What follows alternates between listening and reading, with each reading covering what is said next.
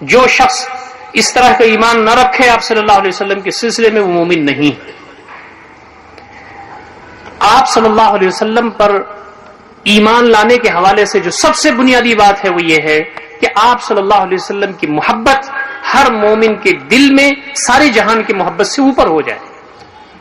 یہ چیز اللہ رب العزت نے قرآن مجید میں اشاروں میں اور خود نبی اکرم صلی اللہ علیہ وسلم نے اپنی حدیث میں بڑے صاف الفاظ میں بیان فرمائی ہے۔ ایک جگہ ارشاد ہوتا ہے لا یؤمن احدکم حتی اکون احب الیہ من ولدہ ووالدہ والناس اجمعین۔ تعالیٰ کہ اس راستے میں نبی صلی اللہ علیہ وسلم کی محبت پر مال کی محبت کو قربان کر دیں، صلاحیتوں کی محبت کو قربان کر دیں، بچوں کی محبت کو قربان کر دیں، والدین کی محبت کو قربان کر دیں، بیوی کی محبت کو قربان کر دیں۔ نبی اکرم صلی اللہ علیہ وسلم چلے جا رہے تھے، حضرت عمر کا ہاتھ نبی صلی اللہ علیہ وسلم کے ہاتھ میں تھا۔ حضرت عمر رضی اللہ تعالیٰ عنہ نے فرمایا اللہ کے رسول، دنیا کی ساری چیزوں سے زیادہ آپ میرے نزدیک محبوب ہیں الا نفسی، سوائے میری جان کے۔ مال، اسباب، بیوی، بچے، ساری چیزوں سے زیادہ آپ میرے نزدیک محبوب ہیں سوائے میری جان کے۔ جان آدمی بچاتا ہے، کوشش کرتا ہے کہ اس کی جان بچ جائے۔ نبی صلی اللہ علیہ وسلم رک گئے۔ آپ نے کہا عمر تمہارا ایمان ابھی مکمل نہیں ہوا۔ یہ بخاری کی روایت ہے۔ نبی صلی اللہ علیہ وسلم کو یہ کہنا تھا کہ حضرت عمر پریشان ہو گئے۔ انہوں نے کہا اللہ کے رسول میرا ایمان مکمل کیسے ہوگا؟ کہا کہ تمہارا ایمان اس وقت تک مکمل نہیں ہو سکتا جب تک کہ تم مجھ کو اپنی جان سے زیادہ محبوب نہ بنا لو۔ حضرت عمر رضی اللہ تعالیٰ عنہ نے 1 ہفتہ 10 دن کا وقت نہیں مانگا، تھوڑی دیر کے لیے غور کیا، اس کے بعد کہا اللہ کے رسول آپ اب میرے نزدیک میری جان سے بھی زیادہ محبوب ہیں۔ نبی اکرم صلی اللہ علیہ وسلم نے مشہور جملہ ارشاد فرمایا تھا الآن یا عمر، عمر تمہارا ایمان اب جا کر کے مکمل ہوا ہے، اب تک تمہارے ایمان میں خلل تھا۔ ہم دیکھتے ہیں کہ ایک صحابی ہیں سمامہ بن اسال، یہ قبیلے کے سردار ہیں، نبی اکرم صلی اللہ علیہ وسلم پر آ کر کے بعد میں ایمان لائے۔ عام الوفود میں جب وفود آ کے ایمان لا رہے تھے، نبی صلی اللہ علیہ وسلم کے سامنے بیٹھ کر کے انہوں نے جملہ ادا کیا، وہ سنیے، یہ سیرت کی کتابوں میں موجود ہے۔ کہا اللہ کے رسول دنیا میں سارے چہروں میں آپ کا چہرہ اب تک سب سے زیادہ مقبوض تھا، اور دنیا میں جتنے بھی خاندان ہو سکتے ہیں سب زیادہ آپ کا خاندان سب سے زیادہ میرے نزدیک مقبوض تھا، سب سے زیادہ خراب تھا نعوذ باللہ۔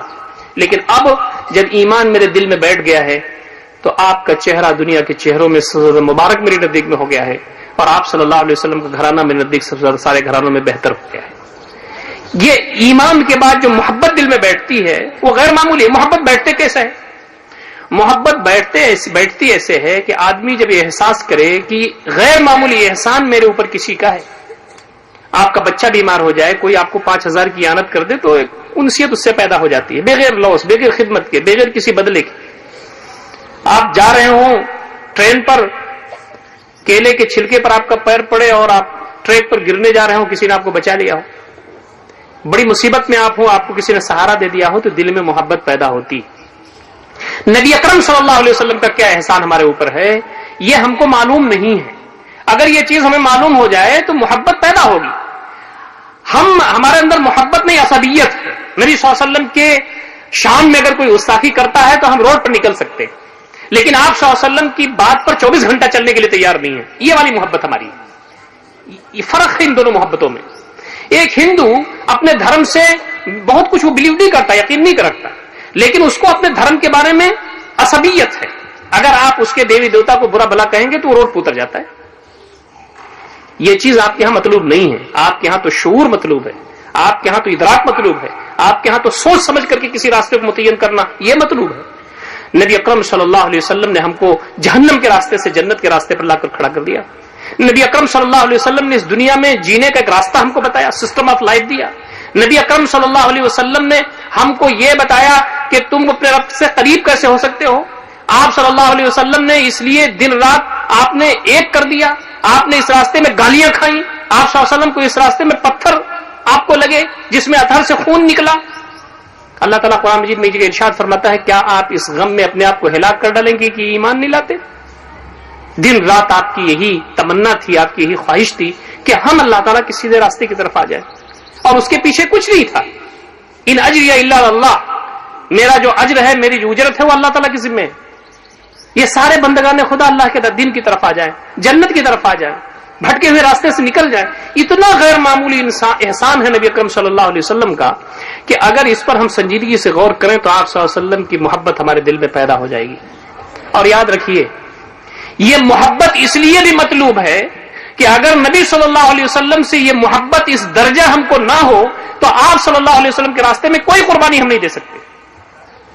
نہ تو صلاحیت کی قربانی ہم دے سکتے ہیں, نہ مال کی قربانی دے سکتے ہیں, نہ جان کی قربانی دے سکتے ہیں. اسی لیے نبی اکرم صلی اللہ علیہ وسلم سے جو محبت اس درجہ کی ہے کہ ساری محبتوں سے غالب آ جائے نبی اکرم صلی اللہ علیہ وسلم کی محبت, تو اسی احسان کے نتیجے میں اور تاکہ زندگی کے کسی بھی لمحے میں کسی بھی حصے میں آدمی کوئی بھی قربانی دینا ہو تو نبی اکرم صلی اللہ علیہ وسلم سے محبت کے تقاضے میں وہ قربانی دے سکے.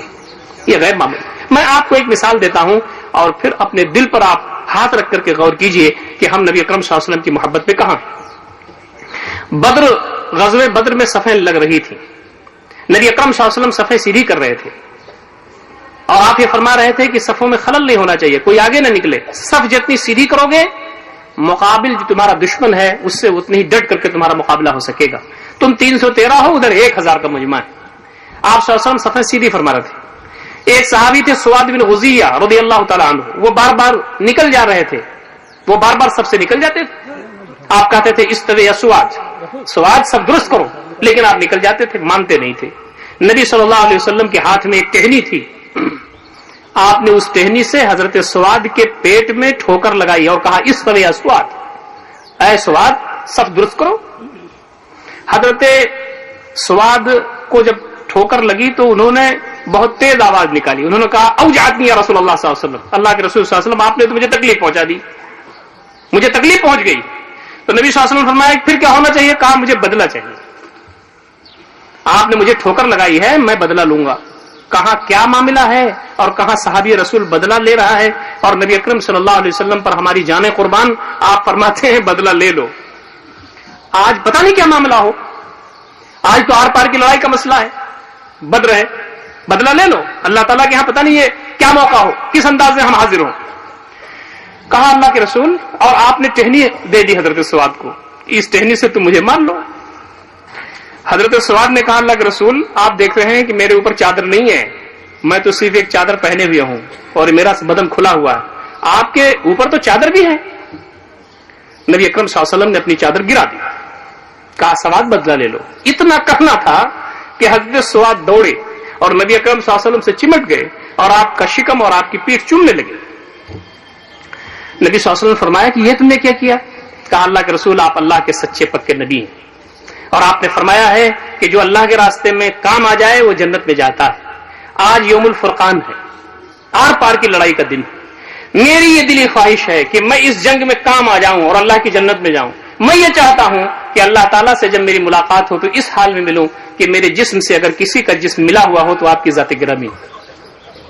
یہ جو محبت ہے یہ محبت غیر معمولی تھی. ان کے بیوی بھی تھے, ان کے بچے بھی تھے, ان کے مال بھی تھے, ان کے اسباب بھی تھے, ان کی تجارت بھی رہی ہوگی, کچھ نہ کچھ تھا ان کے پاس, لیکن ساری محبتوں پر نبی اکرم صلی اللہ علیہ وسلم کی محبت غالب آ گئی.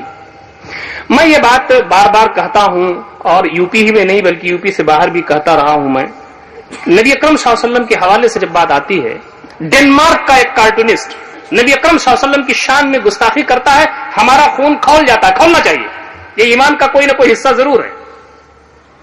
لیکن جب ڈنمارک کا کارٹونسٹ نبی اکرم صلی اللہ علیہ وسلم کی شان میں گستاخی کرتا ہے, اس کی توہین کرتا ہے, ایک توہین تو وہ ہے, اور کیا یہ توہین نہیں ہے کہ آپ صلی اللہ علیہ وسلم کا ایک حکم ہے اور ایک ضد میرے بچوں کی ہے, میں اپنی بچوں کی ضد مانتا ہوں, نبی صلی اللہ علیہ وسلم کے حکم کی تعمیل نہیں کرتا, کیا یہ توہین نہیں ہے؟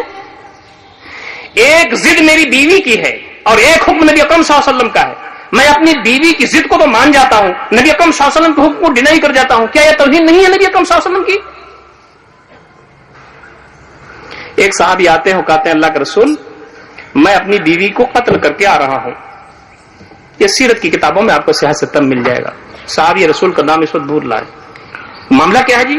کہا کہ میرے اور میری بیوی کے درمیان تعلقات بہت اچھے ہیں, اور اس کی انہوں نے تعبیر پیش کی, وہ یہ کہا کہ اس سے میرے 2 بچے ہیں مثل اللؤلؤتین, 2 بچے ہیں موتیوں کی طرح, اور میرے ازدواجی تعلقات بہت خوشگوار ہیں.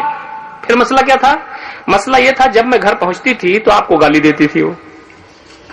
میں اس کو سمجھاتی تھی، نہیں مانتی، چلتا رہا معاملہ، مہینہ 2 مہینہ 4 مہینہ. آج جو میں پہنچا گھر تو پھر آپ کو گالی دینے لگی. مجھ سے صبر نہیں ہو سکا، کولہاڑی اٹھا کر کے میں نے اس کے پیٹ کو چاک کر دیا. اس کا کام تمام ہو گیا، میرے اوپر قصاص لاگو کیجیے آپ. میں حاضر. نبی اکرم صلی اللہ علیہ وسلم نے فرمایا کہ یہ جو تم نے کیا ہے یہ میری محبت میں کیا ہے، اس لیے فأحضر دمہ، اس کے خون کو باطل قرار دے دیا. کہا تمہارا قصاص نہیں لیا جائے گا.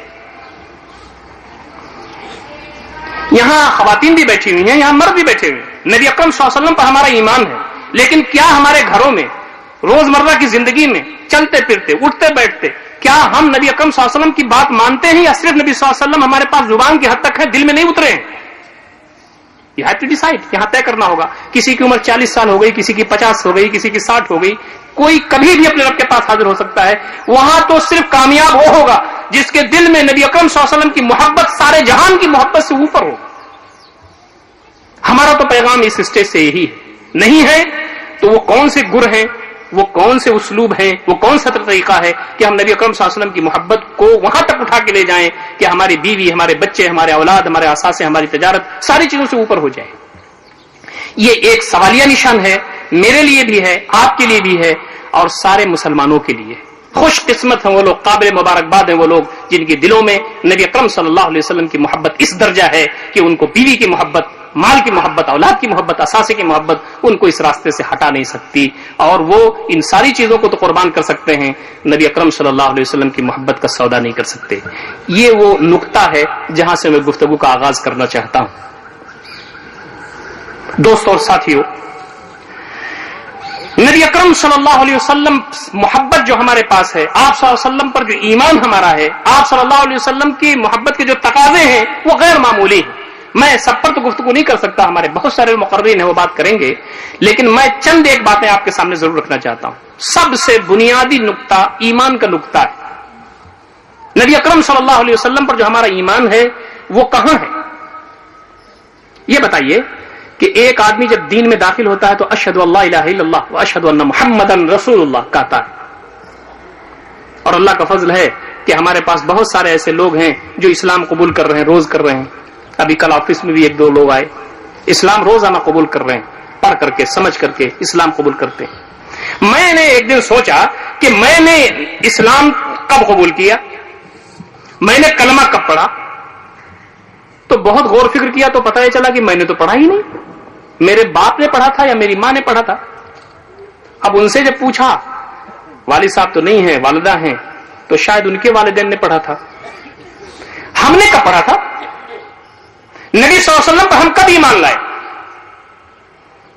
That is the second question. نبی صلی اللہ علیہ وسلم پہ ایمان ہمارا کب ہوا یہ بتائیں. آپ بتائیں فلاں مہینہ فلاں تاریخ. یہ ایمان ہمارے باپ کا ایمان، ہمارے دادا کا ایمان، ہمارے پردادا کا ایمان، یہ ان رینیولڈ ایمان یہ کب تک چلے گا؟ ایک شخص آتا تھا، وہ کہتا تھا اللہ کے رسول میرا جو کچھ بھی عمل ہے سب پر میں نے غور کر لیا، اب تو راستہ صحیح وہی ہے جو آپ بتاتے ہیں اور اللہ رب العزت نے جو آپ کے ذریعے ہم تک بھیجا ہے. میری زندگی میں وہی ہوگا جو آپ چاہتے ہیں، ہمارا رب چاہتا ہے.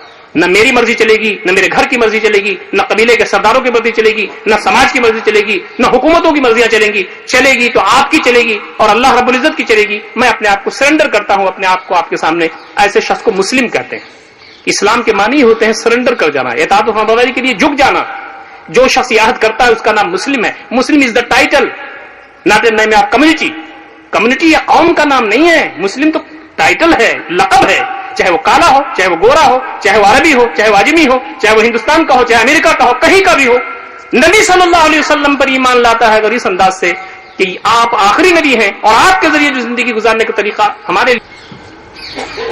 اب جب ایمان ہمارے پاس اتنا کمزور ہے کہ ہمارا اپنا خود مختار ایمان نہیں ہے تو ایمان کو دیر کیوں کرنی ہے؟ اس میں غور کر لیجیے آپ کہ ہمیں نبی صلی اللہ علیہ وسلم پر ایمان لانا ہے، اللہ پر ایمان لانا ہے، نبی صلی اللہ علیہ وسلم پر ایمان لانا ہے تو بیوی سے بات کر لیجیے، بچوں سے بات کر لیجیے، کھان لیجیے اپنی زندگی کی ساری چیزوں کو کہ اب جب ہم نبی صلی اللہ علیہ وسلم پر ایمان لانے جا رہے ہیں تو کیا بیوی ساتھ دے گی؟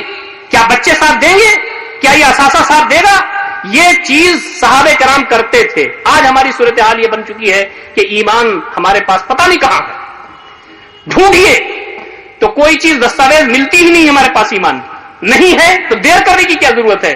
آپ آج شام کو اپنی بیوی سے مل کر کے، اپنے بچوں سے مل کر کے یہ طے کیجئے کہ دیکھو ایک ہی راستہ ہے جو راہ نجات ہے، جو نبی اکرم صلی اللہ علیہ وسلم لے کر کے آئے ہیں، اس پر ایمان لانا تو ہمارا اب تک رسمی تھا، آج سے ہم عہد کرتے ہیں کہ ہماری زندگی میں وہی ہوگا جو نبی صلی اللہ علیہ وسلم نے فرمایا ہے اور بتایا ہے. کیا تم میرے ساتھ چلنے کے لیے تیار ہو؟ میرے بچوں میرے ساتھ چلنے کے لیے تیار ہو؟ اس کو کسی نہ کسی دن ہم کو کرنا ہوگا، ورنہ اللہ نہ کرے کہ نبی اکرم صلی اللہ علیہ وسلم جب شفاعت کے لیے میدان میں ہوں اور ہمیں بڑی امیدیں وابستہ ہیں تو کہیں تمہیں تو اس چہرے کو پہچانتا ہی نہیں. یہ تو مجھ سے محبت کرنے والے لوگ تھوڑی تھے، یہ مجھ سے زیادہ اپنی موٹر سائیکل سے محبت کرتے تھے. میں تو ایک مثال دے رہا ہوں، یہ مجھ سے زیادہ تو اپنے گھر سے محبت کرتے تھے جو وہی چھوٹ گیا، یہ مجھ سے زیادہ تو فلاں چیز سے محبت کرتے تھے. مجھ سے محبت کرنے والے تو یہ دیکھو لائن میں کھڑے، جنہوں نے اپنے وقت دے دیا، جنہوں نے اپنی صلاحیتیں دے دی، جنہوں نے اپنے بیوی بچے دے دیے، جنہوں نے اپنی جانیں دے دی، یہ کھڑے ہیں مجھ سے محبت کرنے والے. دوستوں اور ساتھیوں، اس پہلو پر بہت ہی سنجیدگی کے ساتھ ہم تمام کو غور کرنے کی ضرورت ہے. ایک شخص کو مکہ کی گلیوں میں پیر میں رسی باندھ کر کے گھسیٹا جاتا ہے، پھر بھی وہ احد کرتا ہے. انگارے تیار کیے جاتے ہیں اور ننگی پیٹ کر کے اس انگاروں پر لٹایا جاتا ہے. جسم کی جو پانی اور خون ہے اس کے ذریعے وہ انگارہ بجھتا ہے، تب بھی ایمان دل سے نہیں نکلتا ہے. حضرت خباب کا حال تو یہی تھا نا، لے جاتے تھے دھوپ میں، انگارہ دہکاتے تھے، ننگی پیٹ کر کے اس پہ لٹاتے تھے اور اس کے اوپر سے ایک بھاری پتھر رکھ دیتے تھے. پھر بھی کہتے تھے نبی اکرم صلی اللہ علیہ وسلم سے محبت. حضرت ابو بکر ایمان لائے تو کہا اللہ کے رسول میں اعلان کر دوں حرم شریف میں؟ کہا اعلان مت کرو، ابھی حالات ایسے نہیں ہیں. اعلان کر دیا تو ان کے خاندان کے اور دیگر اور بہت سارے لوگ پل پڑے اور ان کو اتنا پیٹا اتنا مارا کہ ان کا بے ہوش ہو گئے. کسی طرح اٹھا کر کے گھر ان کو لے جایا گیا. جب ان کو ہوش آیا تو انہوں نے پوچھا کہ اللہ کے رسول کیسے؟ ارے ان کے لیے تم مار کھائے، ان کے لیے زندگی تمہاری اجیرن ہو رہی ہے، تم بتاؤ کہاں چوٹ لگی ہے، کہاں کیا معاملہ ہے؟ ان کی ماں بھی موجود تھی. کہا کہ سب ٹھیک ہے، بس یہ تم بتاؤ نبی صلی اللہ علیہ وسلم کیسے؟ آپ اگر اس کو سیرت کا کوئی رسمی پروگرام سمجھ رہے ہیں تو خدا کے لیے ہم آپ سے معذرت چاہتے ہیں. بہت ادب کے ساتھ ہم خود اپنے آپ سے بھی مخاطب ہیں اور آپ سے بھی مخاطب ہیں کہ نبی اکرم صلی اللہ علیہ وسلم سے محبت کا اور آپ صلی اللہ علیہ وسلم پر ایمان کا تقاضا یہ ہے کہ ہماری زندگیوں میں انقلاب برپا ہو، ہماری زندگی ویسے گزرے جیسے نبی صلی اللہ علیہ وسلم نے فرمایا ہے، بتایا ہے.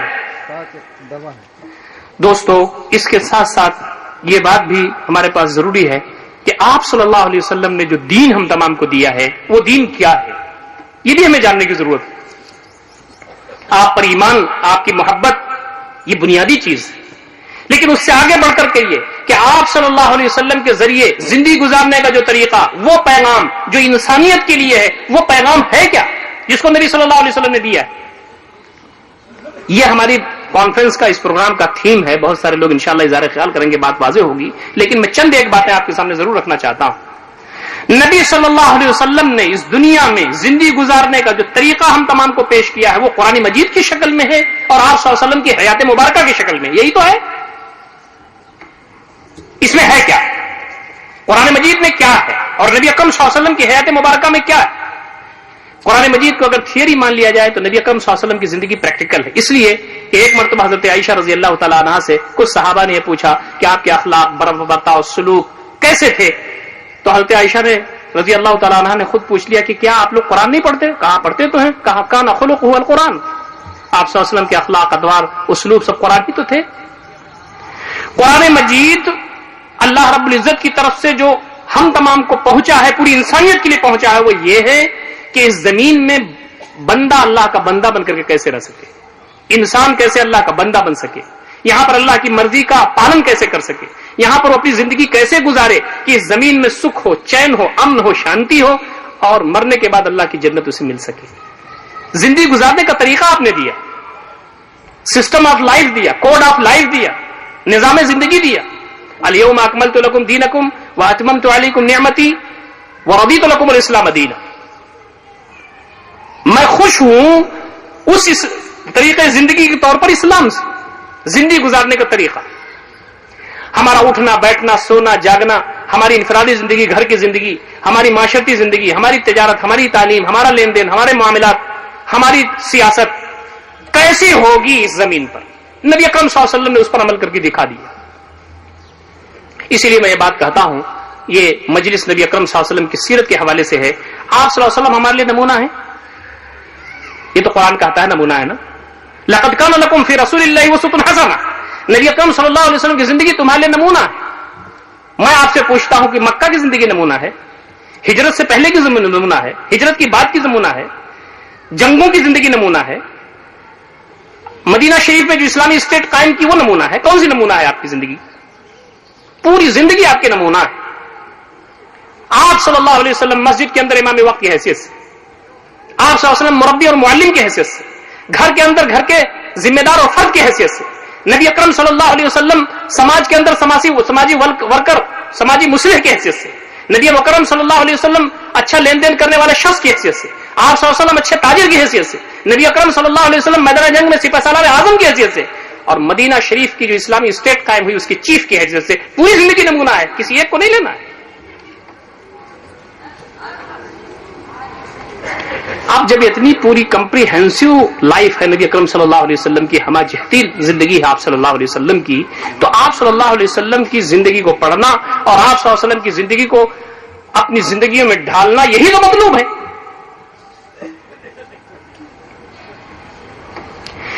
محبت اور ایمان کے ساتھ ساتھ جو بات جڑتی ہے وہ تقوی اور اخلاص کی بات ہے۔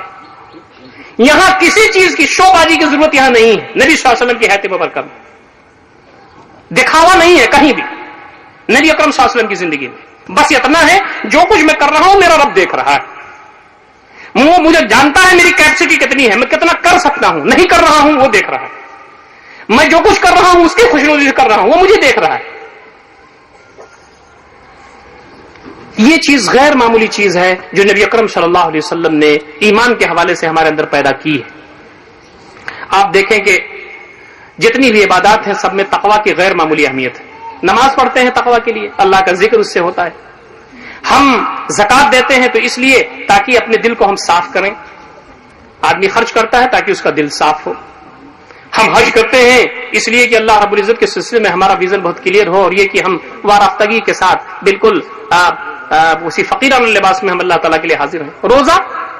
روزہ کے بارے میں تو اللہ تعالیٰ نے فرمایا کہ الصوم لی وانا اجزی بہ، کیا مطلب یہ روزہ میرے لیے میں اس کا بدلہ دوں گا، مطلب یہ ہے کہ نماز پڑھنے والا، زکات دینے والا، حج کرنے والا، اس کو تو کچھ لوگ دیکھتے بھی ہیں کہ یہ کام کر رہا ہے، روزہ رکھنے والے کو کوئی گواہی کے لیے نہیں ہو سکتا کہ اس کا روزہ ہے کہ نہیں، رمضان میں کوئی روزے سے ہے کہ نہیں کوئی نہیں جانتا، میں جانتا ہوں میرا رب جانتا ہے، کمرے میں جا کے پانی پی لیا یا تنہائی میں جا کر کے کچھ کھا لیا، اس کو بتایا گیا ہے یہ ہے اخلاص، یہ ہے تقوی۔ کوئی دیکھ رہا ہو نہ دیکھ رہا ہو، وہ تو دیکھ رہا ہے جو سب کو دیکھ رہا ہے۔ یہ غیر معمولی چیز ہے جو نبی اکرم صلی اللہ علیہ وسلم کی حیات مبارکہ اور آپ صلی اللہ علیہ وسلم پر ایمان اور آپ پر کی محبت کے نتیجے میں پیدا ہوتی۔ حضرت عمر رضی اللہ تعالیٰ عنہ جا رہے تھے، صحرا میں ایک بچہ بکریاں چلا رہا تھا، انہوں نے اس کا امتحان لیا، کہا کہ سنو ایک بکری ہم سے بیچ دو۔ اس نے کہا کہ میں کیسے بیچ دوں، میں تو اجرت پر بکریاں چلا رہا ہوں، مالک تو کوئی اور ہے۔ کہا نہیں، اس کو بیچ دو، اور اگر مالک پوچھے گا کہ کیا ہوئی تو کہہ دینا بھیڑیا کھا گیا۔ بچے نے کہا کہ میں تو یہ کہہ دوں گا اپنے مالک سے فَأَيْنَ اللَّهُ، اللہ تعالیٰ کہاں ہے، اللہ تعالیٰ کہاں دیکھ رہا ہے مجھ کو، میں اس کو کیا جواب دوں گا۔ یہ جو لوگ تیار ہو رہے تھے وہ نبی اکرم صلی اللہ علیہ وسلم کسی پیغام کی روشنی میں تیار ہو رہے تھے۔ دوستو اور ساتھیوں، اس چیز کو بھی اپنے سامنے ہم تمام کو رکھنے کی ضرورت ہے۔ دیکھیے میں اپنی بات یہاں پر کم سے کم محبت کے حوالے سے اس چیپٹر کو یہاں کلوز کرنا چاہتا ہوں۔ محبت اس درجہ مطلوب ہے جیسا کہ میں نے آپ کے سامنے عرض کیا، اور محبت کا مظہر یہ ہے، اس کی علامت یہ ہے کہ ہماری زندگیوں میں نبی اکرم صلی اللہ علیہ وسلم کی اطاعت نظر آنے لگے۔ محبت جھوٹی محبت ہے کہ آپ اس شخص کی بات نہ مانیں جس سے آپ کو محبت ہے۔ ہمیں آپ سے بڑی محبت ہے لیکن مجھے پیاس لگی ہوئی ہے، آپ ایک گلاس پانی نہیں دے سکتے، اور محبت بہت ہے۔ بیوی سے آپ کو محبت ہے، آپ کی بیوی کی طبیعت خراب ہو جائے، رات میں 1 بجے آپ اس کو ہاسپٹل لے جائیں گے کہ نہیں لے جائیں گے؟ آپ کے بچے سے آپ کی بڑی محبت ہے، اس کو کوئی پریشانی ہو جائے آپ پریشان ہو جاتے ہیں. یہ ہونا چاہیے. اسلام اس کے خلاف نہیں ہے. اللہ اس کے رسول کی محبت کے تابع اگر یہ ساری محبتیں ہوں محمود ہیں، لیکن کیا ایسی ہی محبت نبی اکرم صلی اللہ علیہ وسلم سے ہم کو ہے؟ نبی اکرم صلی اللہ علیہ وسلم کی محبت ہمارے نبی کیا ایسے ہی ہے؟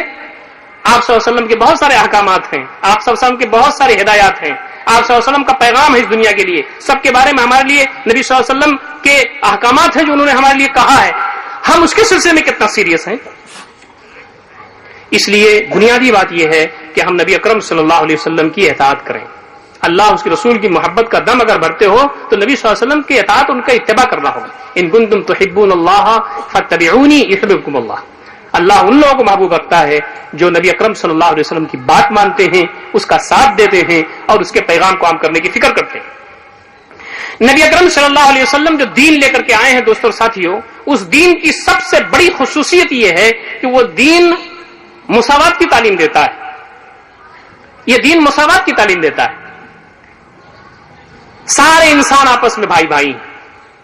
یا ایھا الناس انا خلقناکم من ذکر وانثی وجعلناکم شعوبا وقبائل لتعارفوا ان اکرمکم عند اللہ اتقاکم. اے لوگوں، میں نے تم کو ایک مرد ایک عورت سے پیدا کیا ہے، تم کو شعبوں میں، قبیلوں میں، خاندانوں میں، جماعتوں میں اس لیے بانٹ دیا ہے تاکہ تم پہچانے جا سکو، تمہارا آئیڈینٹیفیکیشن ہو سکے. یاد رکھو تم میں زیادہ محترم اور معزز وہ ہے جو اللہ تعالیٰ کا زیادہ تقویٰ اختیار کرنے والا ہے. یہ بہت عام بات ہے. ہمارا دین جو ملا ہم کو، یہ نسل کی بنیاد پر، رنگ کی بنیاد پر، خطے زمین کی بنیاد پر، خصوصی کلچر کی بنیاد پر نہیں ملا. یہ تو رب کو رب تسلیم کرنے اور نبی اکرم صلی اللہ علیہ وسلم کو اپنا ہادی اور رہنما ماننے کی بنیاد پر ملا ہے. اور حق کے ذریعے جو نظام زندگی ملا ہے وہی حق ہے، اور بقیہ سارے نظام باطل ہیں. اس کو تسلیم کرنے کی بنیاد پر ملا ہے. اعزا اور اقربا پروری کی بنیاد پر اگر یہ دین ملتا، اس میں رشتے نام کی اہمیت ہوتی، تو پھر ابو لہب تو جنت میں جانے کا زیادہ مستحق تھا. نبی اکرم صلی اللہ علیہ وسلم کا سگا چچا، اس کی رگوں میں وہی خون دوڑ رہا تھا جو نبی اکرم صلی اللہ علیہ وسلم کی رگوں میں دوڑ رہا تھا، لیکن وہ جہنم میں چلا گیا. گوری چمڑی قریشی، یہ کچھ کام نہیں آیا. ہم وہی دیکھتے ہیں. اور ایسا جہنم میں نہیں گیا جب تک اس زمین پر انسان بستا رہے گا، یہ آیت پڑھتا رہے گا، تبت یدا ابی لہب وتب ما اغنی عنہ مالہ وما کسب. ابو لہب کے ہاتھ ٹوٹ گئے، وہ ہلاک ہو گیا، اس کی چودراہٹ، اس کا مال کچھ کام نہیں آیا اس کو. لیکن وہی ہم دیکھتے ہیں نبی صلی اللہ علیہ وسلم کے پیریڈ میں کہ ایک شخص جس کی زبان بھی نہیں ملتی، جس کا رنگ بھی نہیں ملتا، جس کے گفتگو کے انداز بھی نہیں ملتے، دور دراز علاقہ کرانے والا ہے، ایتھوپیا حبشہ کرانے والا ہے، نبی اکرم صلی اللہ علیہ وسلم کے دل کے قریب ہوا، نبی کے دل میں اتر گیا. آپ کہتے ہیں بلال، میں جب جنت کی سیر کے لیے گیا تو کیا دیکھتا ہوں کہ تمہارے قدموں کی آواز میرے آگے آگے چلتی. حضرت بلال رونے لگے. انہوں نے کہا اللہ کے رسول جو عام صحابہ کرتے ہیں وہی میں بھی کرتا ہوں. یہ چیز نبی صلی اللہ علیہ وسلم نے قائم کر کے دکھائی. حجۃ الوداع کے عنوان سے یہاں باقاعدہ ایک تقریر موجود ہے خطبہ حجۃ الوداع کے ریفرنس میں، عظیم الشان خطبہ. میں صرف اتنا بائی پاس وہاں سے گزرنا چاہتا ہوں. وہاں صرف آپ نے فرمایا لا فضل لعربی علی عجمی ولا لعجمی علی عربی ولا لاسود علی احمر ولا لاحمر علی اسود الا بالتقوى ان اکرمکم عند اللہ اتقاکم. کسی کالے کو کسی گورے پر، کسی گورے کو کسی کالے پر، کسی عربی کو کسی اجمی پر، کسی اجمی کو کسی عربی پر کوئی فوقیت نہیں ہے. فوقیت اگر ہے تو اللہ کا تقوی. یہ اللہ کا تقوی جو ہے یہ کیا چیز ہے؟ ہم کیا اس کو اپنانے کے لیے تیار ہیں؟ یہ نبی اکرم صلی اللہ علیہ وسلم کا پیغام ہے پوری انسانیت کے نام. اس کو کہا جاتا ہے کانسیپٹ آف ایکولوجی ان اسلام. جتنے لوگ پوری دنیا میں مسلمان ہو رہے ہیں اس میں 95-96% لوگ کانسیپٹ آف ایکولیٹی سے مسلمان ہو رہے ہیں. چاہے وہ امریکہ میں مسلمان ہو رہے ہوں، چاہے جرمنی میں، فرانس میں ہو رہے ہوں، چاہے آپ کے ہندوستان میں ہو رہے ہوں. اگر مساوات ہے کہیں تو اس دھرم میں مساوات ہے. اگر مساوات کہیں ہے تو نبی اکرم صلی اللہ علیہ وسلم کی اس لائے ہوئے نظام میں. لیکن ہم نے یہ کہا کہ اللہ کے رسول صلی اللہ علیہ وسلم، آپ پر ایمان تو ہمارے باپ دادا لائے تھے یا ہمارے پرکھے لائے ہوں گے. ہمارا تو ان ریلیونٹ اسلام ہے، اس لیے ہمارے ہاں سید اور پٹھان اور انصاری اور منصوری بہت ساری چیزیں ہمارے ہاں ہیں اور اس کو ہم چھوڑ نہیں سکتے. معاف کیجیے گا بات سخت ہو رہی ہے. جلسے ہم نے کتنے اٹینڈ کیے سیرت پر؟ 100 200 400 1000 2000. عمر بڑھتی جائے گی، جلسوں کا یہ جو کیلکولیشن ہے بڑھتا جائے گا. لیکن کیا ہم نبی صلی اللہ علیہ وسلم کے اس پیغام کو سمجھ سکے آج تک؟ ہم سارے انسان آپس میں ایک ماں باپ کی اولاد، اس میں کوئی بھی وجہ امتیاز نہیں ہے. اگر وجہ امتیاز ہے تو اللہ تعالیٰ کا تقویٰ ہے. کیا یہی ہے ہمارا نتیجہ؟ نہیں ہے تو اصلاح کا راستہ کہاں سے نکلتا ہے؟ بہت سارے غیر مسلم آپ کے ہندوستان کے اندر یہ سوال کرتے ہیں کہ ہم اگر مسلمان ہو جائیں تو ہم کہاں جا کے فٹ ہوں گے؟ بڑی ذات میں فٹ ہوں گے کہ چھوٹی ذات میں فٹ ہوں گے؟ کہاں جا کے فٹ ہوں گے؟ ایک دلت اسلام قبول کرتا ہے، ایک چمار اسلام قبول کرتا ہے، تو آپ اس کو کیا بتائیں گے اپنے ہاں؟ غیر معمولی چیز ہے ہمارے پاس. یہ کانسیپٹ پوری دنیا میں چل رہی ہے اور یہ چیز عام ہو رہی ہے. ایک بات اور سن لیجیے، قرآن مجید کا یہ اعلان ہے بہت صاف، اس نبی صلی اللہ علیہ وسلم کے ذریعے قرآن ملا جس سے سچا اس دنیا پہ کوئی پیدا نہیں ہوا، نہ ہے، نہ ہوگا، نہ قیامت تک ہوگا، نہ تھا، نہ ہے، نہ ہوگا. یہ ہمارا ایمان ہے. آپ نے فرمایا کہ اگر تم اللہ کے دین پر نہیں چلو گے، اس کے پیغام کو اسی انداز سے نہیں لوگے، اس کو عام نہیں کرو گے، تو اللہ رب العزت دوسری قوم سے تم کو بدل دے گا. یستبدل قوما غیرکم ثم لا یکونوا امثالکم. نبی صلی اللہ علیہ وسلم کی ایک حدیث ہے نا، قسم خدا کی اس زمین پر قیامت برپا نہیں ہو سکتی جب تک کہ میرے لائے ہوئے نظام کے مطابق اسلامی نظام اس زمین پر نہ آ جائے. اور اس کے لیے پوری دنیا میں کلائمیٹ چینج ہو رہا ہے. جو کل تک اللہ تعالیٰ کو گالی دے رہے تھے، اللہ تعالیٰ کا جھنڈا لے کے چل رہے ہیں، انجینئرز، ڈاکٹرز، پروفیشنل کورسز کرنے والے، دیگر اور فنی مہارت رکھنے والے اٹھے، وہ پوری دنیا میں اٹھ رہے ہیں. ہاں، اور آپ کو تو اپنی قبر میں سونا ہے نا. اللہ تعالیٰ پوچھے گا، لکھنؤ کے اندر رہنے والے مسلمانوں، تم نے میرے حبیب سرور کائنات صلی اللہ علیہ وسلم کی بات پر عمل کیوں نہیں کیا؟ ان کے لیے قربانی تم نے کیوں نہیں دی؟ ان کے لیے تم نے اپنی زندگیوں میں کوئی جگہ نہیں تمہارے پاس تھی؟ یہی بیوی، یہی بچے، یہی مال، یہی اسباب، یہی خیریت، یہی دنیا، آئے دنیا. اس کے نیچے بعض مفسرین یہ لکھتے ہیں کہ ہم کو دعا کرنا چاہیے کہ اللہ تعالیٰ ہمارے ذریعے سے دوسری قوم کو نہ بدلے. اگر اللہ تعالیٰ نے ہماری ذریعے سے دوسروں کو، ہماری جگہ پر دوسروں کو بدل دیا تو ہمارا ٹھکانہ پھر جہنم کے علاوہ کہیں ہوگا نہیں. یہ ہماری ذمہ داری بنتی ہے کہ نبی اکرم صلی اللہ علیہ وسلم کے اس پیغام کے امین ہیں ہم. اس پر خود عمل کرنا اور اس کو پوری انسانیت کے لیے قابل عمل بنانا، یہ ہماری ذمہ داری بنتی ہے. دیکھیے، میرے خیال سے علماء کرام مقررین آ چکے ہیں. مجھے اپنی گفتگو اب مختصر کرنی ہے. مجھے گفتگو بعد میں کرنی تھی، لیکن چونکہ یہاں مقررین تھے نہیں، اس لیے مجھے گفتگو پہلے کرنی پڑی. میں اپنی گفتگو سمیٹنا چاہتا ہوں. دوسری بات جو نبی اکرم صلی اللہ علیہ وسلم کی اس پیغام کی ہے وہ یہ ہے کہ آپ صلی اللہ علیہ وسلم جو نظام زندگی لے کر کے آئے وہ صرف زندگی کے ایک گوشے کے لیے نہیں ہے، وہ زندگی کے پوری زندگی پر محیط ہے. ایک شعبے کی رہنمائی آپ نے نہیں کیا. نبی صلی اللہ علیہ وسلم کی تعلیمات انفرادی زندگی، اجتماعی زندگی، گھر کی زندگی، بازار کی زندگی، تعلیم کی زندگی، تربیت کی زندگی، تجارت کی زندگی، لین دین کی زندگی، سیاست کی زندگی، ساری زندگیوں پر محیط. نبی صلی اللہ علیہ وسلم نے جو نمونہ چھوڑا ہے، آپ نے جو تعلیمات دی ہیں، وہ پوری زندگی. ماں کے پیٹ سے بچہ اس دنیا میں نہیں آتا، اسی وقت سے رہنمائیاں شروع ہو جاتی ہیں جب تک اس کو قبر میں نہیں ڈال دیا جاتا. زندگی کی گہما گہمی میں کیا ہے رہنمائیاں دین کی. اسی لیے فرمایا گیا، یا ایھا الذین آمنوا ادخلوا فی السلم کافۃ ولا تتبعوا خطوات الشیطان. اے لوگوں جو ایمان لائے ہو، دین میں پورے کے پورے داخل ہو جاؤ. ہم کہیں گے نماز تو اپنے اللہ تعالیٰ کی مرضی کے مطابق پڑھیں گے، روزہ تو اللہ تعالیٰ کی مرضی کے مطابق پڑھیں گے، شادی اپنی مرضی کے مطابق کریں گے، روزی روٹی اپنی مرضی کے مطابق کھوائیں گے. آپ مجھے یہ بتائیے، سب مسلمان یہاں بیٹھے ہیں، مائیں بہنیں بھی یہاں بیٹھی ہوئی ہیں، آپ اگر نماز نبی اکرم صلی اللہ علیہ وسلم کی مرضی کے مطابق نہیں، جیسے آپ نے سکھایا وہ اسی نہیں پڑھیں گے تو کیا ہو جائے گی؟ آپ نے فرمایا صلو کما رأیتمونی اصلی، نماز تم ویسی پڑھو جیسے مجھ کو دیکھا ہے نماز پڑھتے ہیں. اگر ہم نبی صلی اللہ علیہ وسلم کے طریقے کے علاوہ نماز پڑھتے ہیں تو ہو جائے گی نماز؟ نہیں ہوگی نا. اور اگر ہم شادی بیاہ ویسے نہیں کرتے جیسے نبی صلی اللہ علیہ وسلم نے بتایا تو کیا ہمارا نکاح ہو جائے گا؟ دیکھیے، نماز میں تو کچھ لگتا نہیں ہے، نہ تو بظاہر کچھ ملتا ہے نہ کچھ دینا پڑتا ہے. لیکن شادی بیاہ میں تو جناب علی پیسے ملتے ہیں، جہیز ملتا ہے، دنیا کی رونقیں بڑھتی ہیں، کر و فر ہے. تو ہم نے کہا اللہ کے رسول صلی اللہ علیہ وسلم آپ کی یہاں نہیں چلے گی، آپ کی صرف نماز تک چلے گی. عمل ہم نے یہ کر کے دکھایا.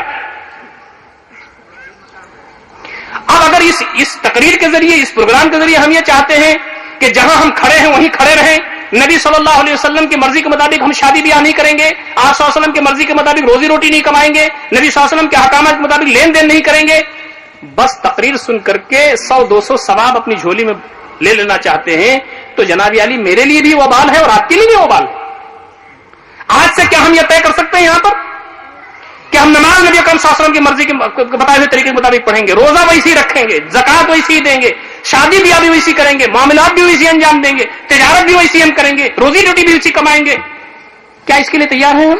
اگر تیار ہیں تو ہندوستان میں انقلاب شاید 10 سال پہلے آ جائے، اور اگر نہیں تیار ہیں تو اللہ کے بندے اس ہندوستان میں انقلاب لائیں گے. ہو سکتا ہے میرے ذریعے نہ آئے، آپ کے ذریعے نہ آئے، لیکن اللہ تعالیٰ کے بندے اس دنیا میں تیار ہیں، اللہ کے انقلاب کے لیے آ رہے ہیں میدان میں.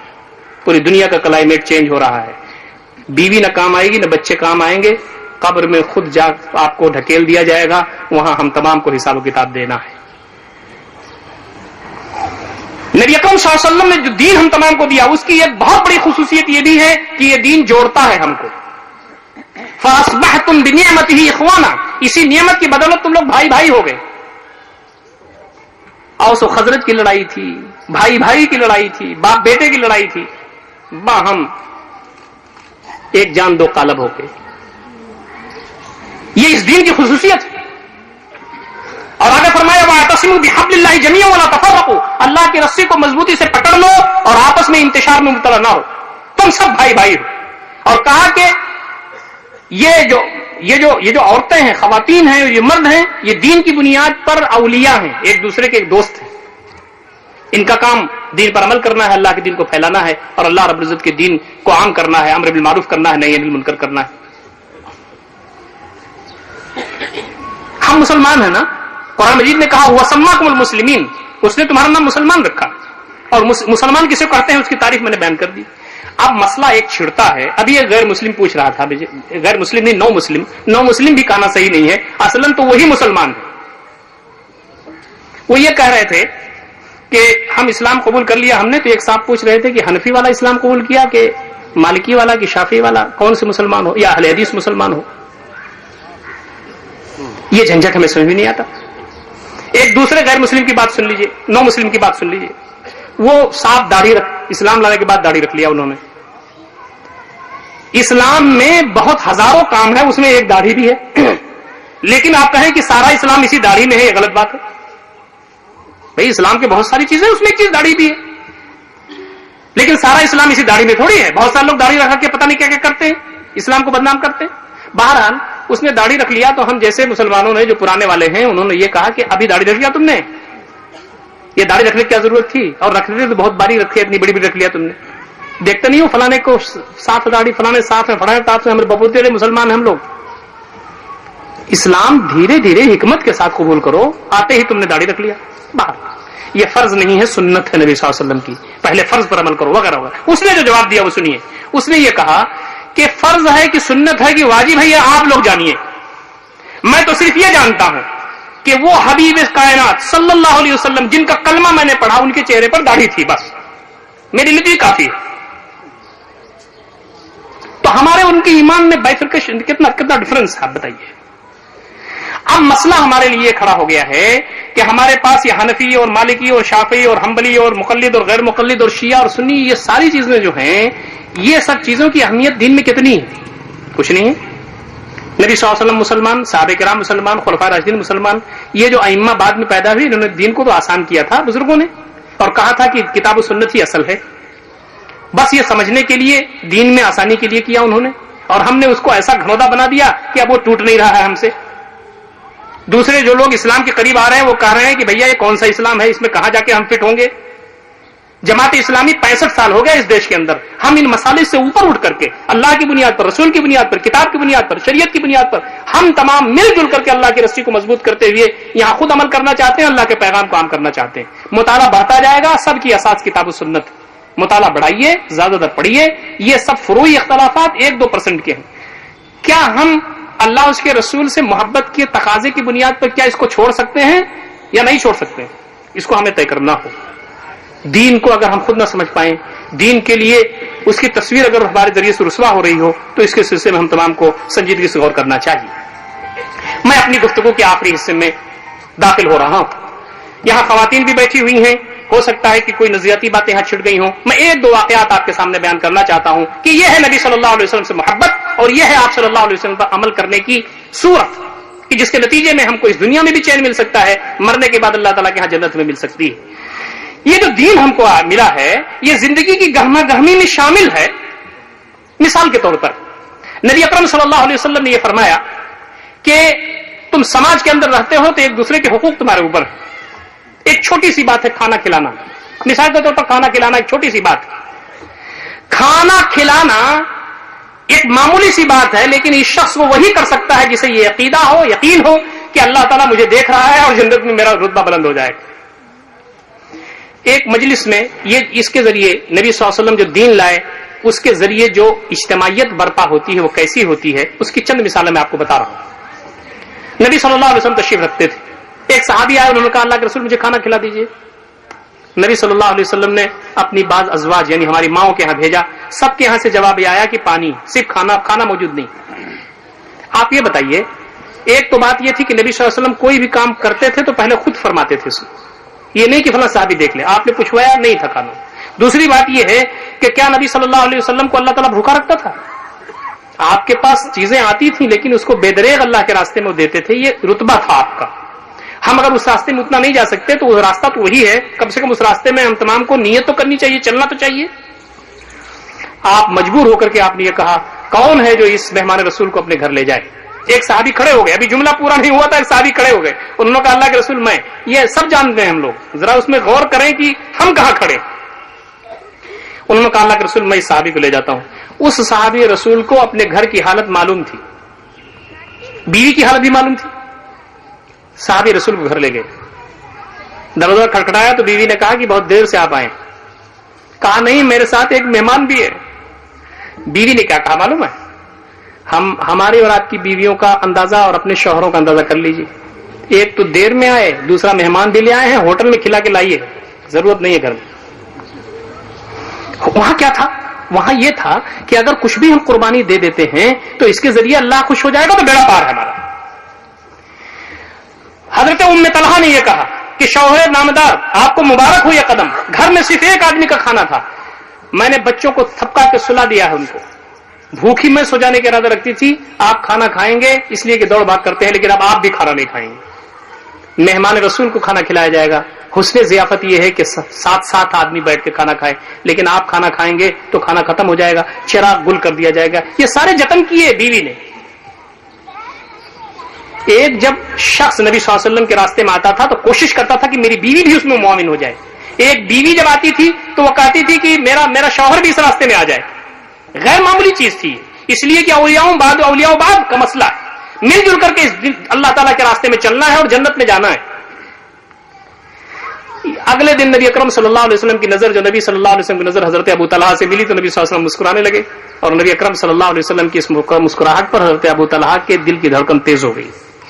قریب پہنچے تو نبی صلی اللہ علیہ وسلم نے فرمایا کہ میاں بیوی نے مل کر کے جو عمل کیا ہے رات میں اللہ تعالیٰ کو بہت پسند آیا۔ حضرت ابو طلحہ رونے لگے، انہوں نے کہا اللہ کے رسول ہم یہی تو چاہتے ہیں۔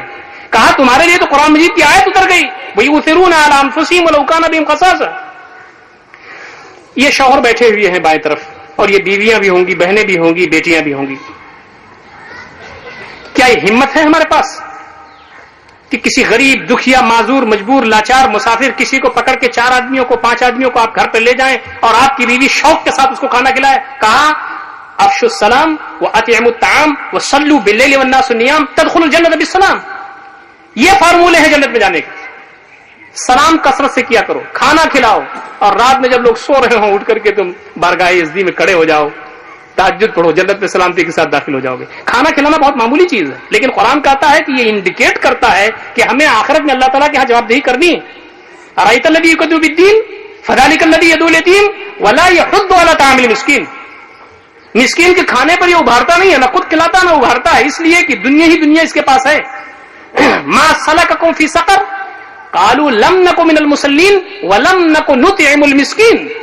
مسکین کو کھانا وانا نہیں کھلاتے تھے۔ جہنم میں جانے کا ایک بڑا ریزن یہ اس وقت کہیں گے وہ۔ اب آپ بتائیے کہ یہ معاشرہ وجود میں کب آئے گا، کیسے کیا ہوگا؟ نبی صلی اللہ علیہ وسلم کا فرماتے ہیں دنیا پوری کی پوری سب بیکار ہے یہ تمہارے لیے، اس کو تم فائدہ میں لے کر کے جنت حاصل کرو۔ یہ اینٹ، یہ پتھر، یہ خزفریزے، یہ نعمت دنیا، یہ متاع دنیا چند دنوں کی، 40 سال کی زندگی گزر گئی، کیا ہوا؟ کچھ نہیں۔ کہا اس کے ذریعے جنت تم حاصل کر لو، یہ بڑی بات ہے۔ تو تم کو اگر اللہ کے راستے میں کچھ خرچ کرنا ہو تو بے دریغ خرچ کرنا چاہیے، یہ جذبہ پیدا کیا تھا۔ یہ نبی صلی اللہ علیہ وسلم سے محبت کی بغیر ہو سکتی؟ آپ صلی اللہ علیہ وسلم تشریف رکھتے ہیں، آپ کہتے ہیں کہ لاؤ جو جس کے پاس ہے لے آؤ۔ یہ بڑا واقعہ، عظیم واقعہ ہے۔ حضرت عمر اپنے گھر کا آدھا اثاثہ اس لیے لاتے ہیں کہ حضرت ابوبکر سے آج آگے بڑھ جائیں گے، ہے نا یہ جذبہ. قرآن کہتا ہے وفی ذالک فلیتنافس المتنافسون, مقابلہ کرنا ہے تو میدانی ہے. اب حضرت ابو بکر جب آتے ہیں تو کہتے ہیں اللہ کا رسول سب لے کے آ گیا ہوں. تو انہوں نے کہا کہ میں آگے نہیں بڑھ سکتا ان سے, میں ان سے آگے نہیں بڑھ سکتا. وہیں ہم یہ دیکھتے ہیں کہ ایک صحابی کنارے کھڑے ہیں, آ نہیں پاتے, جھجک رہے ہیں. نبی صلی اللہ علیہ وسلم نے فرمایا کہ کیا بات ہے فلاں. کہا اللہ کے رسول میں حیثیت والا آدمی نہیں ہوں, آپ کا حکم جب ہوا کہ اللہ کے راستے میں خرچ کرو, یہ جنگ لڑنی ہے, تو میں نے ایک یہودی کی یہاں ڈول کھینچی ہے رات بھر, یہ اجرت کی کھجوریں ہیں, اگر آپ قبول فرما لیں. نبی صلی اللہ علیہ وسلم کھڑے ہو گئے, آپ کی آنکھوں میں آنسو آ گئے. آپ نے اجرت کی کھجوریں پورے ڈھیر پر بکھیر دیا اور کہا اللہ تعالیٰ دل دیکھتا ہے کہ کس جذبے سے تم اللہ کے راستے میں خرچ کرتے ہو. اللہ کے راستے میں خرچ کرنے سے بخالت جاتی, عظیم الشان مشن ہے جس کے لیے ہم اس دنیا میں پیدا ہوئے ہیں, اس کے لیے قربانیاں جو ہمیں ہیں وہ غیر معمولی ادا کرنی ہوگی. تو اس سلسلے میں کہاں ہم کھڑے ہیں, کیسے ہیں, یہ بتا رہے ہیں ہم کو کہ صرف 8 منٹ باقی. 8 منٹ باقی ہے تو چند باتیں جو مجھے ضروری ہیں اس کو میں سمیٹنا چاہتا ہوں. میں اس بات پر آنا چاہتا ہوں. ایک بہت بڑا مسئلہ ہے ہمارے پاس, وہ یہ ہے کہ ہمارے گھریلو زندگی کیسی ہے, میری بیوی کیسی ہے, میرے بچے کیسے ہیں, میرے ماں باپ کے ساتھ تعلقات کیسے ہیں, گھر کا ماحول کیسا ہے. یہ گھر کا جو ماحول ہے, اسلام تو یہ کہتا ہے کہ گھر کا ماحول یہ ہے کہ فجر سے پہلے کچھ لوگ اٹھیں. مبارکباد بیوی وہ ہے جو اپنے شوہر کو اٹھائے, قابل مبارکباد شوہر وہ ہے جو اپنی بیوی کو اٹھائے. ایک حدیث میں آتا ہے نہیں اٹھتا تو پانی کی چھینٹ دے, تہجد پڑھیں. وہ ٹھیک ہے, نہیں تہجد پڑھتے تو فرض پڑھنا, فجر تو پڑھنا لازم ہے. تلاوت کر رہے ہوں, بڑوں کا ادب ہو, چھوٹوں کا پیار ہو, ماں باپ کی خدمت گھروں میں ہو, بچے جو ہے وہ اپنے ماں باپ کی بات مان رہے ہوں, گھروں میں اللہ تعالیٰ کی باتوں کا تذکرہ ہوتا ہو, انبیاء کی باتیں ہیں, اخلاق ہو, کردار ہو, وغیرہ وغیرہ. یہ گھر جنت نشان گھر بنتا ہے. یہ بنے گا کیسے؟ دعا پڑھ دینے سے بنے گا, تعویذ لٹکا دینے سے بنے گا. یہ بنے گا کیسے؟ یہ بنے گا ایسے کہ جب ہم نبی صلی اللہ علیہ وسلم کی بات مانیں گے تب. آپ کی بات کیا ہے؟ آپ نے فرمایا تنکح المرأة لأربع لمالها ولجمالها ولحسبها ولدينها فاظفر بذات الدين تربت يداك او كما قال النبي صلی اللہ علیہ وسلم.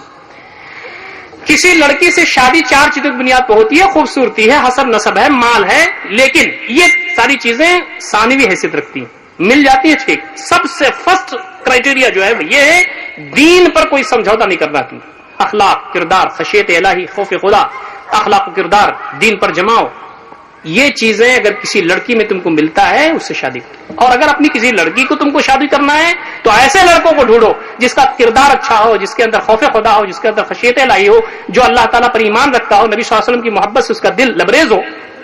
ایسے نوجوان شادی کرو. ہم نے کہا اللہ کے رسول یہ تو آپ نے فرما دیا, لیکن دین کو تو ہم کنارے ڈالتے ہیں. یہی 3 چیزیں جس سے آپ نے منع کیا ہے وہی کریں گے.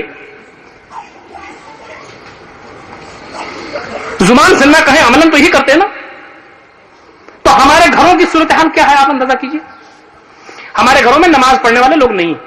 اکا دکا, اب جب 60-70 سال کے ہو گئے تو نماز پڑھنا ہے اس لیے کہ شاید ان کو قبر میں جانا ہے, ہم لوگوں کو تو ذرا دیر میں جانا ہے. بوڑھی ہو گئی تو اب کب تک تم نماز نہیں پڑھو گی بھائی.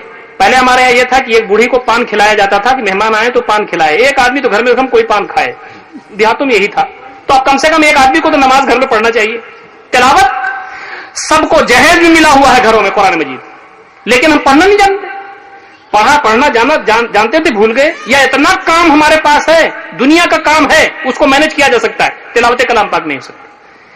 بچہ جب بولنے کی عمر کو ہو تو اسے کلمہ سکھایا جائے, بزرگوں کے واقعات بتائے جائیں. 7 سال کی عمر کو نماز کی ترغیب دی جائے, 10 سال کی عمر کو ہو تو اس کو ہلکی تنبیہ کی جائے, مارف کی جائے. یہ ساری چیزیں کیا ہیں؟ نہیں ہے ہمارے پاس, اس لیے کہ ہم نے کرائٹیریا بدل دیا. نبی صلی اللہ علیہ وسلم کا حکم ایک جگہ ہے, ایک اپنی مرضی ہے, ہم اپنی مرضی کو تھوپ رہے ہیں. ہوگا کیسے؟ اب صورتحال نازک سے نازک تر ہوتی چلی جا رہی ہے. حضرت عبد الرحمن بن عوف رضی اللہ تعالیٰ عنہ موجود ہیں, ان کے اوپر کچھ نشان تھا خوشبو کا. آپ نے کہا یہ کیا کیا؟ کہا اللہ کے رسول شادی کر لیا. تو کہا شادی کر لیا تو ولیمہ کر لو, بشا چاہے بکری. آپ بلایا نہیں نبی صلی اللہ علیہ وسلم. ایک عورت آتی ہے, وہ کہتی ہے اللہ کے رسول میں آپ کو ہیبہ کرتی ہوں. آپ نے کہا مجھے ضرورت نہیں ہے. آپ نے اعراض فرمایا. قرآن مجید میں اس کا تذکرہ ہے, اس وقت موقع نہیں ہے, ٹائم زیادہ ہو رہا ہے. تو ایک صحابی نے کہا اللہ کے رسول میری شادی کر دیجیے ان سے. کہا کہ تمہارے پاس کچھ ہے, مہر تو بنانا ہوگا. کہا اللہ کے رسول کچھ نہیں ہے. کہا کہ ڈھونڈو ولو خاتم من حدید, چاہے تمہارے پاس لوہے کی چھلا ہی کیوں نہ ہو, وہ تو مہر بنانا ہوگا. کہا اللہ کے رسول وہ بھی نہیں ہے. ڈھونڈا, وہ بھی نہیں ہے. تو کہا کہ میں نے تمہاری شادی اس عورت سے اس مہر پر کر دیا کہ تم فلاں فلاں صورتیں اس کو سکھا دینا. دین کتنا آسان ہمارا بنایا گیا. کرائٹیریا وہ ہونا چاہیے. تام جھام کے بارے میں دین بہت آسان بنایا گیا. میں یہ بات صرف آپ کے اتر پردیش میں نہیں، میں اس بات کو اس لیے کہہ رہا ہوں کہ اللہ کے فضل سے بہت سارے جگہوں پر یہ گفتگو کرنے کا موقع مجھے ملتا ہے. میں نے یہ بات بہت صاف کہی. یہ شادی بیاہ، یہ سارے خرافات اور ساری چیزیں، اس کی ذمہ دار یہ 70% ہماری ماں اور بہنیں یہاں جو بیٹھی ہوئی. ہم بھی اس کے ذمہ دار ہیں، آپ بھی ہیں. لیکن ایک لڑکی جب اس کی شادی ہوتی ہے اور وہ چاہتی ہے کہ میرے لیے جہیز نہ ہو، فلاں نہ ہو، میرے والد کو آسانی ہونی چاہیے، فلاں، اس کی خواہش یہ ہوتی ہے کہ سادگی سے شادی ہو جائے. جب وہ ساس بنتی ہے تو انہی ساری چیزوں کو ریپیٹ کرتی ہے. یہ خواتین اگر چاہ لیں تو آج ہمارے دیش کے اندر سے، ہمارے سماج کے اندر سے مسلمانوں کے سارے رسم و رواج ختم ہو جائیں گے. اور آج یاد رکھیے، کتنا بھی ترم خاں یہاں بیٹھا ہوا ہو، اپنی بیوی اور اپنے بچوں کے آگے جھکا ہوا رہتا ہے. اللہ تعالیٰ نے ایسا بنایا ہے کچھ سسٹم. جلاد تھا نا فرعون جلاد تھا. اس نے کہا یہ موسیٰ تو مطلب بچے تھے، وہ موسیٰ تو بعد میں ہوئی. وہ کہا گردن کاٹو ان کی، ذبح کرو. بیوی نے کہا سنیے یہ ذبح نہیں ہوگا. تو کہا جب تم کہتی ہو تو کیا تو ماننا ہی پڑے گا. پوری دنیا کو ذبح کر دیا، اب اس کو چھوڑنا ہی پڑے گا. تو یہ جو عورتوں کا جو پکڑ ہے نفسیاتی طور پر مردوں پر، اگر ہماری ماں اور بہن یہ چاہ لیں کہ گھروں کے اندر آج سے وہی ہوگا جو نبی صلی اللہ علیہ وسلم کی تعلیمات ہے، تو کسی میں دم نہیں ہے کہ اوپر مار سکے. میں یہ بجا طور پر امید رکھتا ہوں کہ جو یہاں موجود ہیں آج سے ان کے اندر یہ عزم ہوگا. اور آپ بھی عزم کیجئے کہ ایسی بہو آپ اپنے گھروں میں لائیے جس کے ذریعے آپ کا گھر نورانی بن سکے، جس کے ذریعے آپ کے گھر میں اللہ اس کے رسول کا کلمہ بلند ہو سکے، جس کے ذریعے وہاں اخلاق و کردار ہو سکے. تب تو اس سیرت کے پروگرام کا کوئی مقصد ہے، ورنہ پھر یہ ساری رسم ہے جس کے لیے ہم تمام کوشش کر رہے ہیں. میں ایک دو مثالیں دے کر کے گفتگو بند کرتا ہوں. 8 منٹ شاید ہو بھی گئے ہیں. کیسے بچے ہمارے گود سے نکل رہے ہیں. نبی صلی اللہ علیہ وسلم نے کیا کہا تھا؟ یہ بچے جو تمہاری گود سے نکلتے ہیں یہ تمہارے لیے صدقہ جاریہ ہیں. بندہ کہے گا کہ میرے مالک آج تو نعمتوں میں کل تھا، آج تو اور نعمتوں میں ہوں جنت میں. اللہ تعالیٰ فرمائے گا کہ تمہارے نیک اولاد نے تمہارے لیے دعا کی. بعض روایاتوں میں ملتا ہے صدقہ جاریہ او ولد صالح یدعو لہ. کیسی اولاد ہم چھوڑ کر کے اس دنیا سے جا رہے ہیں. یہ بچے صدقہ جاریہ ہوں گے. یہ مال، یہ اسباب، یہ جائیداد، یہ سب چھوٹ جائے گا. یہ نیک اولاد جب تک اس زمین پر، اور ان کی اولاد اور ان کی اولاد، ہم تمام کو ثواب ملتا رہے گا، ہمارے اجر میں اضافہ ہوتا رہے گا. مسیلمہ بن کذاب نے کہا تھا نبی صلی اللہ علیہ وسلم سے کہ ایک آدمی کو آپ ہمارے ہاں بھیج دیجئے، دین کی باتیں اور واضح کر دے ہمارے پاس. نبی اکرم صلی اللہ علیہ وسلم نے حضرت حبیب کو بھیجا تھا. نوجوان صحابی، بالکل ینگ، بھیجا آپ نے. کیا رتبہ رہا ہوگا ان کا؟ حضرت مصعب کا کیا رتبہ تھا جب حضرت مدینہ بھیجا تھا، اور ان کا کیا رتبہ رہا ہوگا جب مسیلمہ بن کذاب کے پاس بھیجا تھا. مسیلمہ بن کذاب کے پاس جب پہنچے تو اس نے بے وفائی کی. جلاد کو بلایا اس نے کہا کہ کیا تم اب بھی یقین رکھتے ہو کہ محمد صلی اللہ علیہ وسلم اللہ کے نبی ہیں، میں جھوٹا ہوں؟ حضرت حبیب نے کہا کہ مسیلمہ تو جھوٹا ہے اور نبی اکرم صلی اللہ علیہ وسلم سچے ہیں. اس نے کہا ایک وار کرو، ہاتھ کٹ جائے. جلاد نے ایک وار کیا، دائنا ہاتھ کٹ کے دور جا گرا. پھر اس نے یہی پوچھا کہ کیا اب بھی تمہیں یقین ہے کہ نبی صلی اللہ علیہ وسلم سچے ہیں اور میں جھوٹا ہوں؟ کہا مسلمہ تو جھوٹا ہے، نبی صلی اللہ علیہ وسلم سچے ہیں. کیا رتبہ رہا ہوگا؟ آپ صرف امیجن کیجئے، تصور کیجئے. دوسرا وار ہوتا ہے، دوسرا ہاتھ دوسری کٹ کے دور جاتا ہے. ایسے ہی کر کے اس نے پورا جسم کاٹ ڈالا. اور قربان جائیے تحمل پر حضرت حبیب کے وہ یہی کہتے رہے کہ تو جھوٹا ہے اور نبی اکرم صلی اللہ علیہ وسلم سچے ہیں. آپ شہید ہو گئے. جب یہ خبر نبی اکرم صلی اللہ علیہ وسلم کو آتی ہے تو نبی اکرم صلی اللہ علیہ وسلم غیر معمولی متاثر ہوئے. آپ کی آنکھوں میں آنسو تھے اور آپ نے تو اس طرح کا بھی اندازہ دیا تھا کہ چڑھائی کرنی ہے. میں صرف بات کرتا ہوں، یہاں مائیں بیٹھی ہیں. ماں کو یہ اطلاع گئی کہ تمہارے لختے جگر کے ٹکڑے ٹکڑے مسیلمہ نے کر دیا، ہاتھ کاٹا، پیر کاٹا، فنا ہوا، اور وہ شہید ہو گئے. آپ سنیے کیا کہا ان کی ماں نے. انہوں نے کہا کہ میں نے پالا ہی اسی لیے تھا. ہے کوئی عورت ہمارے پاس آج جو یہ کہے کہ میں نے اپنے اس لڑکے کو پالا ہی اسی لیے تھا؟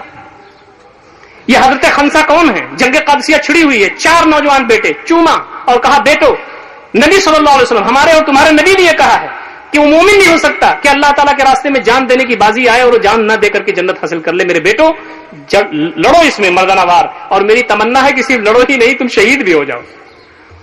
جب اطلاع آتی ہے کہ 4 بیٹے اللہ کے راستے میں کام آ گئے تو حضرت خنسا نے کیا کہا؟ الحمدللہ الذی شرفنی بہم.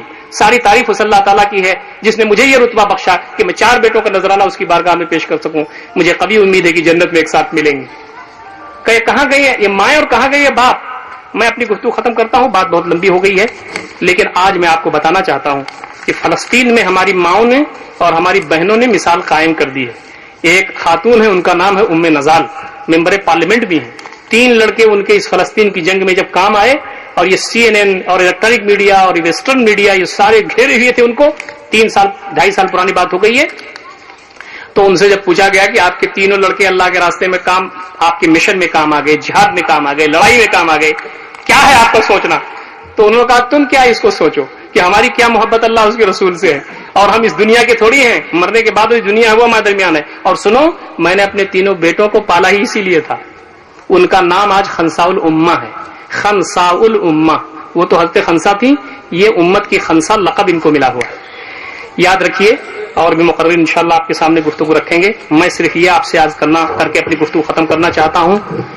نبی صلی اللہ علیہ وسلم کا پیغام اور آپ کا لائے ہوئے نظام جب اس زمین پر نافذ ہوگا تب سکھ اور چین آئے گا. اس کے لیے ہم تمام کو اٹھنا ہوگا.